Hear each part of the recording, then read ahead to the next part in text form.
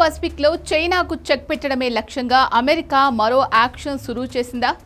భారత్ కీలకంగా వ్యవహరిస్తున్న క్వాడ్ను కంటిన్యూ చేస్తూ ఆకస్ కూటమి ద్వారా అస్త్రశస్త్రాలు సిద్ధం చేస్తోందా? అమెరికా, యూకే, ఆస్ట్రేలియా కూటమి చైనా అంతు చూసే మాన్స్టర్ వెపన్ను సిద్ధం చేస్తున్నాయా? ఎస్, డర్టీ డ్రాగన్ అంతు చూడడమే లక్ష్యం. ఆ మూడు దేశాలు అత్యాధునిక టెక్నాలజీపై ఫోకస్ చేశాయి.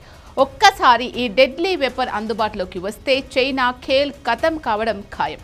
ఇది తెలుసు కాబట్టే డ్రాగన్ కస్సుమంటోంది. ఆ వివరాలు టాప్ స్టోరీలో చూద్దాం. Under water drone. Dirty dragon country టార్గెట్గా అమెరికా, యూకే, ఆస్ట్రేలియా కూటమి ఫోకస్ చేసింది ఈ వెపన్ పైనే.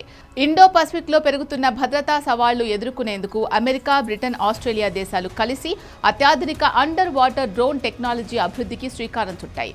ఆకస్ రక్షణ కూటమి కింద చేపడుతున్న ఈ ప్రాజెక్టు ద్వారా సముద్ర గర్భంలో అత్యంత కీలకంగా పనిచేసే మానవరహిత అత్యాధునిక అండర్ వాటర్ డ్రోన్లని రూపొందించనున్నారు.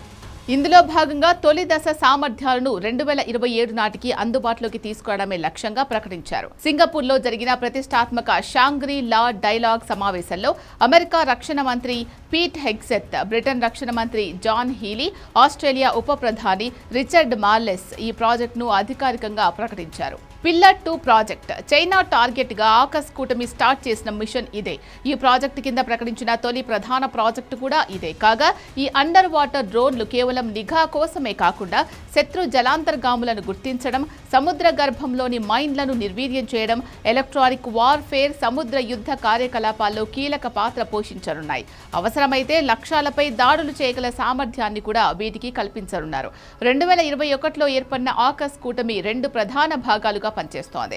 పిల్లర్ 1 కింద ఆస్ట్రేలియాకు అణుశక్తితో నడిచే జలాంతర్గాముల సాంకేతికత అందిస్తూ ఉండగా, పిల్లర్ 2 కింద ఆర్టిఫిషియల్ ఇంటెలిజెన్స్, హైపర్సోనిక్ ఆయుధాలు, quantum computing, cyber technology, under see warfare వంటి అత్యాధునిక రక్షణ సాంకేతికతలను సంయుక్తంగా అభివృద్ధి చేస్తున్నారు.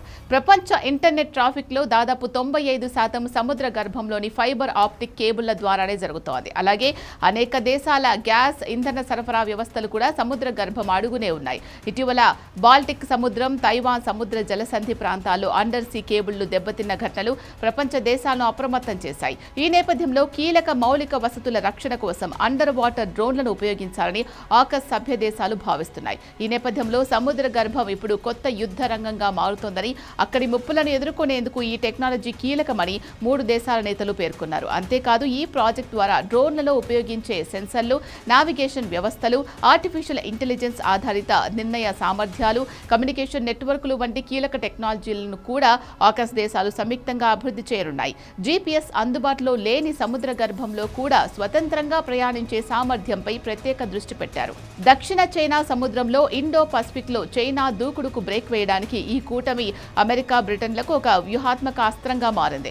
ఈ కూటమిలో భాగంగా ఆస్ట్రేలియా అత్యంత శక్తివంతమైన అణు జలాంతర్గాములను సొంతం చేసుకోనుంది. తద్వారా అణు సబ్మెరైన్లు కలిగిన ప్రపంచంలోని అతి కొద్ది దేశాల సరసన ఆస్ట్రేలియా చేరబోతోంది. ప్రస్తుతం America, Russia, China, Britain, France, Bharat దగ్గర మాత్రమే అణు జలాంతర్గాములు ఉన్నాయి. ఇప్పటికే భారత్ కీలక పాత్ర పోషిస్తున్న క్వాడ్ కూటమి చైనాకు చెక్ పెట్టే నిర్ణయాలు తీసుకుంటోంది. ఇప్పుడు ఆకస్ కూడా తోడవడంతో చైనా ఉక్కిరిబిక్కిరవుతోంది. ఈ క్రమంలోనే ఆకస్ కూటమి వల్ల ప్రాంతీయ శాంతి దెబ్బతింటుందని, ఇది కోల్డ్ వార్ మనస్తత్వానికి అద్దం పడుతోందని చైనా తీవ్రంగా విమర్శించింది. ఒక్కటి మాత్రం స్పష్టం, ఇండో పసిఫిక్ ప్రాంతంలో చైనాను నిలువరించే ఏ ప్రయత్నమైనా భారత్కు పరోక్షంగా వ్యూహాత్మక లబ్ధిని చేకూరుస్తుంది.